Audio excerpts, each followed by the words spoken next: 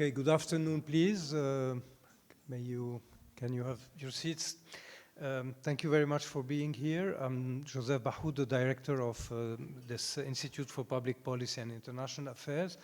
And the discussion that we are having today is, of course, needless to say, extremely timely and extremely relevant for, of course, painful reasons, as you all know. We've been through a terrible year and more in this region, of course, centered around Palestine and the question of Palestine. I won't be very long, but I would like to introduce our guest and speaker and the topic by I was in a conference in Paris last week, and I was on a panel with a very prominent French diplomat.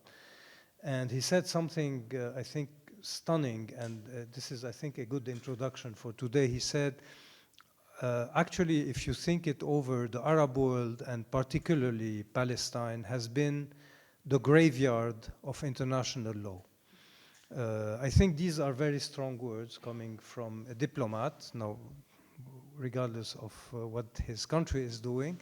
But I think that this is really something to reflect upon, and I think that we're very lucky to be able to reflect on that with Professor Ardi Imseis, who's coming from the University of Queens in Canada, close to Toronto. And Dr. Imseis is an associate professor of law there, but previously in his career he has a long service in various UN bodies related to Palestine, and mainly with UNRWA, which is as such a topic of discussion today, with what we can consider its dismantlement by the American administration. And also, I think, correct me if I'm wrong, Dr. Imseis, you had also a role in the Arab team on the ICG case, which is also a very interesting issue in terms of international law, in terms of norms, in terms of values, and so on and so forth. So you have a really first-hand experience as a UN official on Palestine, and we are going to discuss your book about the United Nations and the question of Palestine, but I think that it will branch out towards other issues, as I said, ICG, UNRWA, question of norms and value, and the question of today, the international order and what remains of it, if it's in a graveyard or not, with respect to the question of Palestine. I'll give you the floor for whatever needed from you, something like 30 minutes maybe or more, and then after that, and we are very lucky also to have Dr. Zeina Jallad as a discussant. Dr. Zeina Jallad is the newly appointed director of the Palestine Land Study Center, a very interesting and important center at AUB that is focused mainly on Palestine. Dr. Zeina also has joined recently the faculty and the PSPA department, the Political Studies department, in capacity of associate professor. And we are doing this workshop tonight, this discussion in conjunction between IFI, us, and thank you, Zeina, for having provided this opportunity, you, the Palestine Land Center, the Political Science Department, Political Studies Department, hereby represented by our colleague, Dr. Jamil Mawad, and also with the chair on forced displacement, represented by Dr. Sausan Abdelrahim. Thank you very much, Sausan, for being here and for partnering with us. So without further ado, I'll give you the floor, Dr. Ardi, and you take it from there, and then Zeina will bounce back. Thank you. With your permission, I'd like to stand at the lectern, if that's okay. I much prefer that. I'll just move this lectern over. No, I won't. I'd like to begin by sincerely thanking my dear friend, Mumkin. My dear friend and comrade, Dr. Zeina, for inviting me to address you today. She and I did a similar event at the Harvard Law School. This would have been sometime in February 2024, so about a year ago. And of course, she is such an erudite scholar that I had to do it again. with her, and this time it's going to be even better. As well as thanks to my new friend, Dr. Joseph. So thank you very much, Joseph. In particular, also to extend my thanks to the Palestine Land Studies Center, the Department of Political Studies and Public Administration, the Hassam Faris Institute, and there is one more, I think, that I'm missing. The but at chair any rate, on forced displacement. yes, the chair on forced displacement. So thank you very much for having me. I begin with the painfully obvious. It is a gross understatement to say that things in Palestine have never been as bad as they are today. It is useful to recount the following observations of a senior United Nations official tasked with addressing the situation there. According to this person, and I'm quoting, "As a result of the hostilities in Palestine, an alarming number of persons have been displaced from their homes, including through panic created by fighting and by real or alleged acts of terrorism or expulsion. That, quote, there have been numerous reports from reliable sources of large-scale looting, pillaging, and plundering, and of instances of destruction of villages without apparent military necessity. And, quote, it would be an offense against the principles of elemental justice if these innocent victims of the conflict were denied their right to return to their homes, even though the vast majority of the refugees may no longer have homes to return to," end quote. It's a rather long one. And given the sheer scale of the calamity now befalling the people of Gaza, over 47,000 killed, 2/3 of whom women and children, tens of thousands or more presumed dead under the rubble, over 110,000 injured, and these are all conservative numbers, 1.9 million or more forcibly transferred, that's over 85% of the population or thereabouts, and all of them subjected to starvation as a method of war. Given all of that, one could be forgiven for attributing these quotations that I've just recited to you to the present United Nations Secretary General, Antonio Guterres. The fact is, ladies and gentlemen, Mr. Guterres did not utter these words. They were actually written on the 16th of September, 1948, by one Count Folke Bernadotte, the then United Nations mediator for Palestine. As the saying goes, the more things change, the more they remain the same. Bernadotte's statements were made at the height of the first Palestinian Nakba, during which between 750 and 900,000 Palestinian Arabs were forcibly exiled from their homes in what became the State of Israel during the 1948 war. And it remains something of a mystery to me that today, for all of the media attention now focused on what the International Court of Justice has determined is a plausible genocide, that it is rarely, if ever, particularly in the West, mentioned that almost 80% of the population of Gaza are themselves not Gazans, that they are the 1948 refugees, and that they descend from the areas that became the State of Israel, that according to the United Nations, they have the right under international law to return to their homes and lands in that territory, and that the only reason they've been denied that right by Israel, and this is the elephant in the room, friends, which you're all familiar with, is because they're not Jewish. This strikes me. It is particularly important to mention this today, given the so-called Trump plan, which in fact is not his plan, but it is their plan, by which I mean the Zionists in Tel Aviv and elsewhere. They have consistently desired one thing: if their movement was to mean anything logical, if it was going to obtain its results, and that one constant has been, since 1885 to the present day, how to establish and maintain a Jewish state in a place full of non-Jews. You have to get rid of them.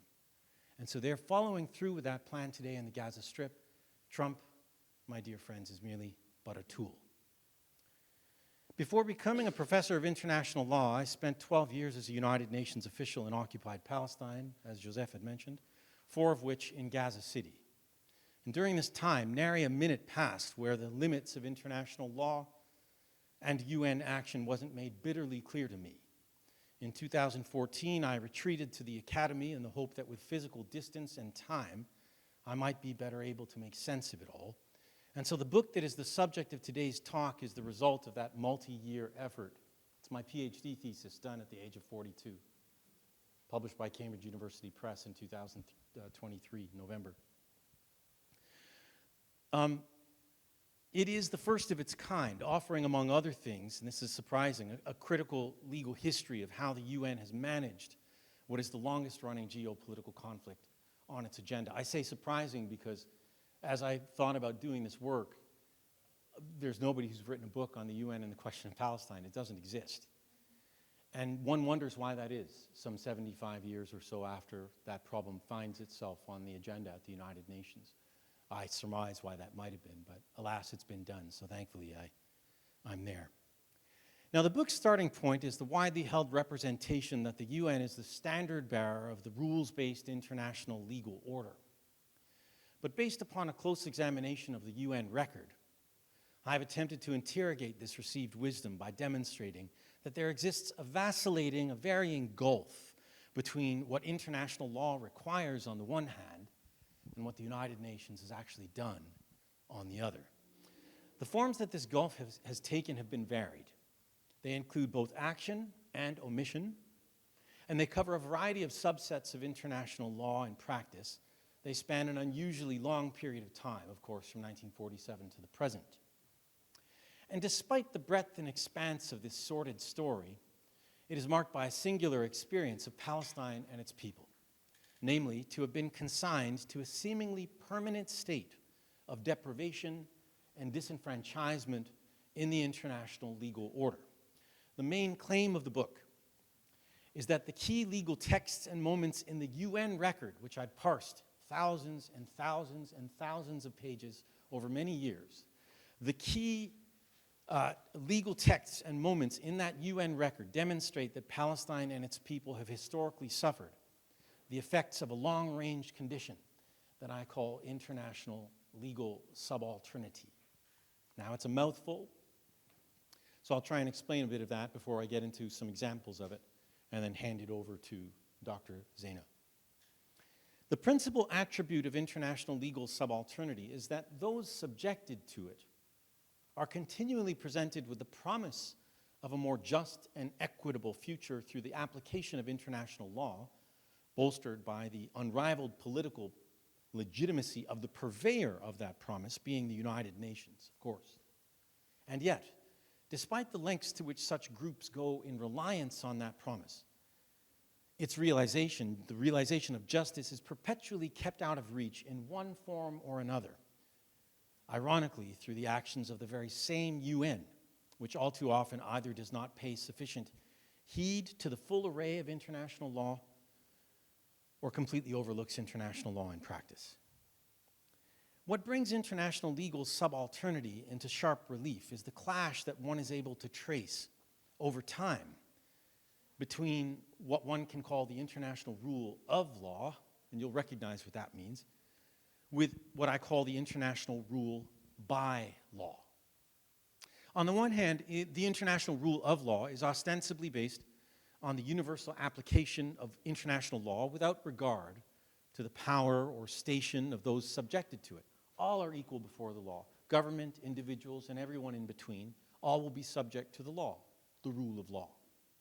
On the other hand, the international rule by law is rooted in a cynical use, abuse, or selective application of international legal norms, usually by hegemonic actors under a claim of democratic, rights-based liberalism, but with the effect of perpetuating inequity between them and their weaker or subaltern opposites. So you pit the hegemonic powers with the subaltern opposites. Some are on the outside of law, looking in, and law is used by the hegemonic powers to force a regime on these subaltern actors. By juxtaposing the rule of law against the rule by law, one is able to better understand the nature of legal subalternity as something that I've identified, which is a fixed feature of the international legal order. And Palestine is not the only, and its people are not the only embodiment of this condition. You see legal subalternity in all manner of different groups on the international plane. I think refugees, I think internally displaced persons, indigenous peoples, vis-a-vis the state. Third world states vis-a-vis the Western G7 states. It's a relational thing, like the Occident and the Orient, to draw on Professor Said, right? But the point is, law is a tool used by hegemonic actors sometimes for justice, oftentimes not, and all under a claim that it is just. That's the essence of it. And I'm not much of a theorist, so most of the book is actually empirical legal history, which I'm about to get into. The key legal texts and moments covered in the book are too many to detail in this short presentation. I must therefore limit my discussion to simply two that I cover in the book. First, the origins of Palestine's legal subalternity. I'll talk to you a little bit about that. And second, I'd like to discuss how that legal subalternity, that condition, was reified or crystallized in the 1947 UN Plan of Partition for Palestine. Now, in the book, I also cover other things, the Palestine refugee problem and the unique institutional and normative framework created by the UN to deal with that following the Nakba of 1948.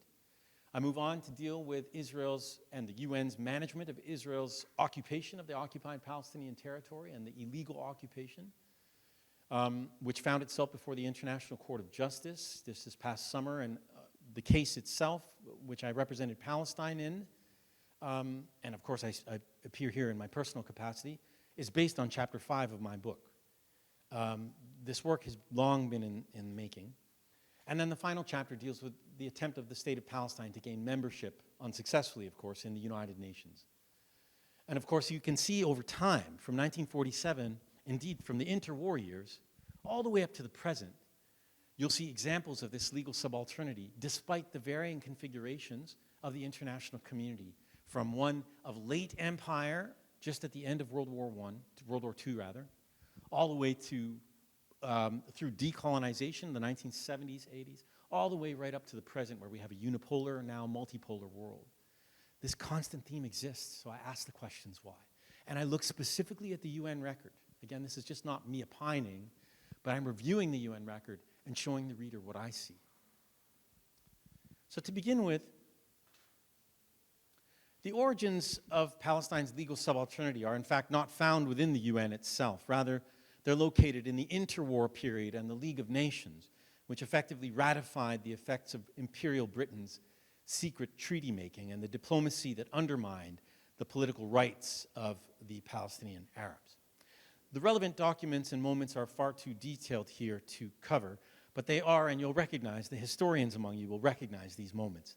They are as follows: the Hussein McMahon Correspondence of 1915-16, the Sykes-Picot Agreement of 1916, the Balfour Declaration, of course, of 1917, the League of Nations Covenant of 1920, and the Mandate for Palestine from 1922 to 1947. And while historians tend to treat these matters from a political perspective, it is often overlooked that they also had legal significance.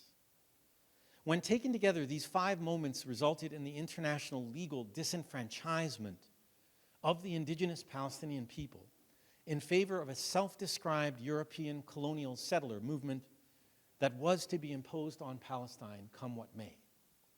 Now, some context is crucial here. Many of you will be familiar with it, so please forgive me. In the late 19th century, Palestine was inhabited by a native Palestinian Arab people, predominantly Muslim and Christian, with an uninterrupted tenure in the land for millennia. And at about that time, the political Zionist movement emerged in Central Europe, led by Theodor Herzl, an Austrian playwright. In answer to centuries of persecution, Jewish persecution in Europe, Herzl proposed that Europe's Jews should depart Europe in order to colonize Palestine and convert it into a Jewish homeland. The perennial trouble, as I had mentioned earlier, for the Zionists then, and of course as now, was that Palestine was already inhabited by another people. And while the long story of settler colonial displacement and replacement is well trodden in the literature on Palestine and indeed before your very screens today in the occupied Palestinian territory, what is often left out is the role of law in it all. For Herzl and his followers, law was no less an important colonizing tool as acquisition of actual material resources, land, money, etc., was, as evidenced from the program that the Zionists adopted at the first Congress that they held in Switzerland in 1897. For them, the colonization effort could not be complete without achieving recognition of their right to do so as a matter of international law, what was then known as the public law. Their civilizing mission fit well into the international legal order of the day. At the time, as evidenced in the work of two of that period's leading international lawyers, an American called Henry Wheaton and the Hewell Chair of Public International Law at Cambridge University, John Westlake, that order was rooted in an unabashed Eurocentricity that held non-Europeans to be uncivilized and therefore unworthy of rights and standing in the system. The 1917 Balfour Declaration, through which the British ignominiously promised Palestine to the European Zionists without so much as consulting the native Palestinian majority, then some 92% of the country, and even before the British even set foot in Palestine, was pivotal. Its incorporation, the incorporation of the Balfour Declaration into the League of Nations mandate for Palestine, furnished the declaration with the imprimatur of legal authority, despite violating a general principle of public international law.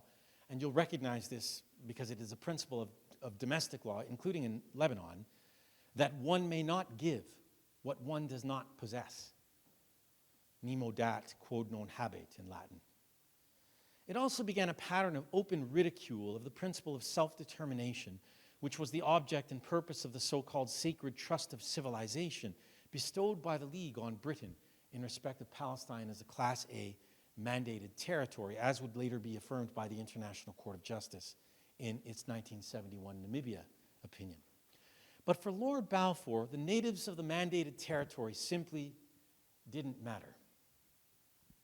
Thus, writing as Foreign Secretary to the Prime Minister Lloyd George, UK Prime Minister Lloyd George in February 1919, Balfour felt no compunction privately declaring, and I quote, "In the case of Palestine, we deliberately and rightly declined to accept the principle of self-determination.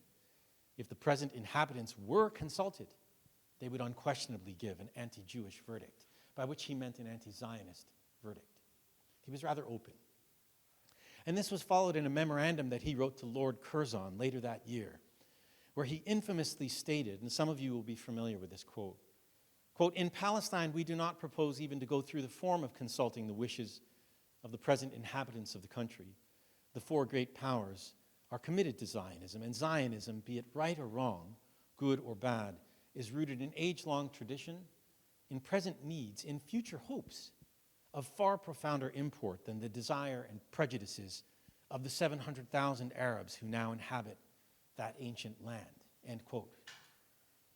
And so the mandate years were spent by the British helping the Zionist movement to develop a state within a state, and the international legal order's structural Eurocentricity was key to the endeavor. In a real sense, the international rule by law of this period was both a description of what was happening to the subaltern Palestinians at the time, as well as a prognostication of what was to come. That would be made clear when the British quit the mandate for Palestine in 1947, handing it to the newly formed United Nations. So I'll move forward to 1947. I'll talk to you about what I believe is the largest, most important moment in Palestine's legal history, being the partition plan, and actions that took place between November 1947 and April 1949. And then in question and answer, we can deal with matters that are more contemporary. And I would invite you as well to think about legal subalternity and the elision of Palestinian self-determination, not taking Palestinian claims to peoplehood, statehood, status seriously, in light of the way Trump is handling the question of Palestine today. Palestine is being discussed. The Palestinian people are being discussed. They're being discussed not by Palestinians, but by others who have designs for them, who don't take their claims to self-determination seriously, who don't take their claims to the land seriously. These people can be removed at will. And this would be a peace. It's rather Orwellian, but it's a common theme that runs from the League of Nations period right up to the present. Back to 1947, friends. Despite the promise of a new global order based on the international rule of law in the immediate aftermath of World War II, the UN remained true to the international rule by law framework that it had inherited from the League. This is demonstrated through an analysis of General Assembly Resolution 181 of 29 November 1947, purporting to partition Palestine into a Jewish state and an Arab state. Resolution 181 provided for the partition of Palestine into an Arab state and a Jewish state in economic union with the city of Jerusalem and its environs established as a corpus separatum, or an internationalized city, to be administered by the UN. Under the plan, both states were required to adopt democratic constitutions, establish government on the basis of universal suffrage, and guarantee to all persons equality before the law. That sounds perfect, doesn't it? It's perfect liberalism, right? But aside from the act of partition itself, the extent to which the resolution reified Palestinian legal subalternity is best illustrated in the specific details of the plan regarding both territory and demography. By any objective assessment, these terms demonstrate an absolute contempt for the principle of self-determination of peoples as then applied to Class A mandated territories. That's law, right? Rooted upon the idea, and keep this in mind, of majority democratic rule, right? Consent of the governed.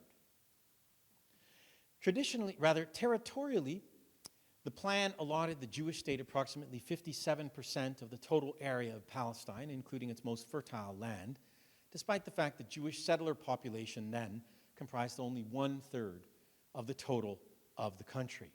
In addition, the Jewish settler population possessed registered ownership of only 5.6% of Palestine and was eclipsed by Arabs in land ownership in each one of Palestine's 16 sub-districts.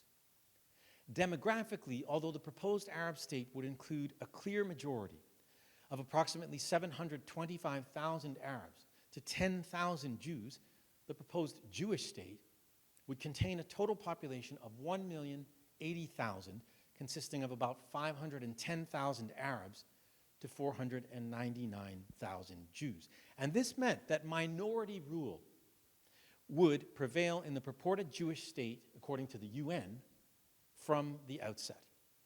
This says nothing of the fact that in its own words, and here I quote the United Nations, the UN granted the Jewish state, quote, the more economically developed part of the country, while openly admitting, the UN openly admitted, UNSCOP, the United Nations Special Committee for Palestine that recommended partition in their records, they openly admit, and I quote, that the economic viability of the proposed Arab state would be in doubt from the start.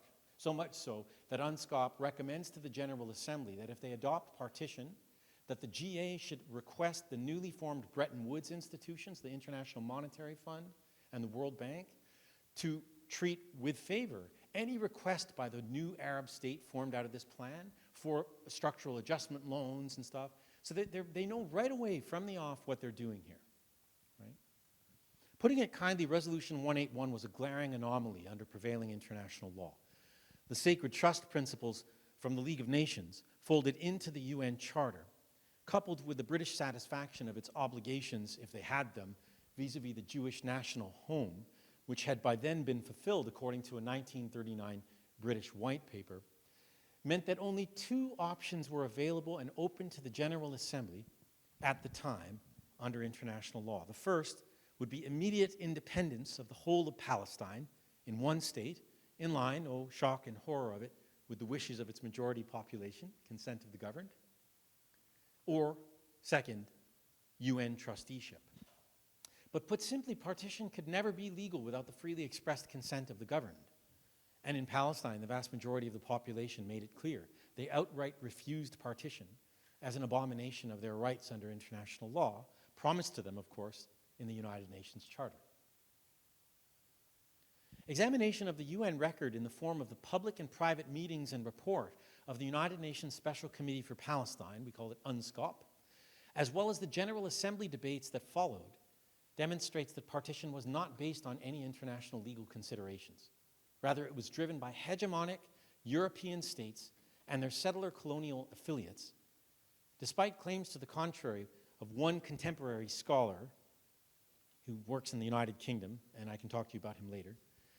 The UN record reveals that the declared goal of these states was to rectify Europe's centuries-old Jewish question, their words, not mine, in the wake of the Holocaust, and to do so at the expense of the innocent third-party Palestinians. They were rather open about it. It's all over the UN record. A close reading of the UNSCOP record reveals at least 3 factors that led the General Assembly to disregard the liberal international legal order then said to govern in favor of overriding European interests. The first was that there was a bias in UNSCOP's terms of reference and its composition. Most of its members were Western, and ironically, at least 4 or 5 of them were senior jurists in their own countries. One was a Canadian jurist who was on the Supreme Court of Canada called Ivan Rand. These were men who understood law. They understood the idea that justice not only had to be done, but it must be seen to be done, right, for legitimacy, and yet they persisted notwithstanding. A second thing is UNSCOP's failure, or the General Assembly's failure, to sufficiently engage indigenous Palestinian leadership in the form of the Arab Higher Committee, which was the representative of the Palestinian people at the time.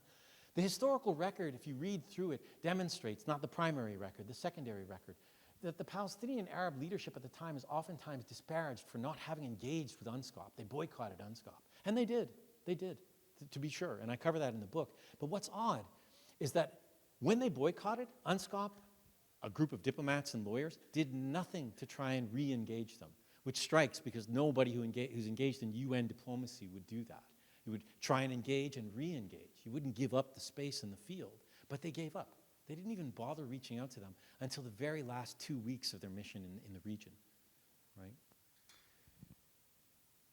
And third, there was an utter contempt for principles of self-determination demonstrated in the record. And I'd like to focus on this third point before I leave this moment, wrap up, and then hand it over to Dr. Zeina.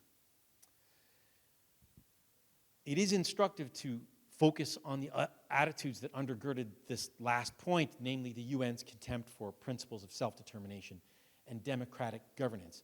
For instance, in its majority report, the majority report of UNSCOP, recommending partition to the Assembly, the General Assembly, UNSCOP expressly noted, and I quote, with regard to the principle of self-determination, although international recognition was extended to this principle at the end of First World War, and it was adhered to with regard to other Arab territories at the time of the creation of the A mandates, there, by the way, they're speaking of Lebanon, Syria, Iraq, Jordan, all of whom had received their right to self-determination in the 40s, in line with the sacred trust principles of the League of Nations mandate.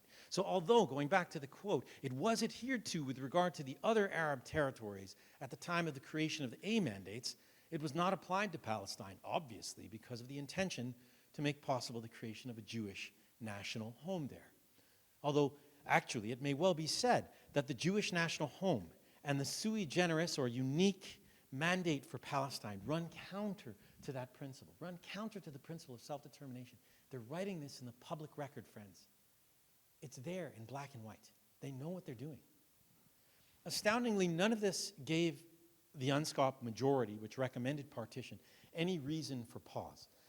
An even more animated rationale came from Ambassador Jorge Garcia Granados, permanent representative of Guatemala to the United Nations, and a member himself of UNSCOP. There are streets in Israel named after this man. In urging members of the General Assembly to support partition, he unabashedly asserted on the General Assembly floor on 10 October 1947, and I quote, Palestine was no more Arab than certain Spanish countries of Latin America were Indian. The Jews had made a pleasant and healthy country out of a land in which a sparse and rachitic population had merely vegetated. It was incomprehensible that the Arabs should adduce their numerical superiority as an argument. An ignorant majority should not be allowed to impose its will. He's very clear. You get the picture, right? One could go on, but you get the picture. For the Western-dominated UN, and that's what the General Assembly was then, 51, 52 states, the vast majority of whom were Western, most of the world's population was then still living under the yoke of colonialism. They were still not independent. We hadn't reached the decolonization period yet, right? For the Western-dominated UN, the indigenous majority population of Palestine did not matter when it came to the application of international law. And so in reifying, crystallizing Palestine's legal subalternity in the UN system, the UN plan of partition imposed, in both normative and discursive legal terms, the two-state paradigm, which would thereafter underpin the organization's position on the question of Palestine, a position that remains in place to this very day, as you know, and which ironically has yet to be fully realized by virtue of the actions of one half of that partition plan. I'll stop there. As I say, the talk carries on to deal with the UNRWA and the unique and normative regime, legal regime, and regulatory framework dealing with Palestine refugees. It moves on to deal with the illegal occupation and the case at the ICJ, and then it moves on to Palestine statehood and its request for membership in the organization. I'm happy to deal with those things in question and answer, but all this to say that I've identified, again, this condition of legal subalternity. Palestine represents this more than any other grouping, if you like, in the modern international legal order, and you see it even manifested today, obviously with the genocide, plausible genocide that's happening in the Gaza Strip and in occupied Palestinian territory. I'll stop there and hand it over to Dr. Jallad. Thank you.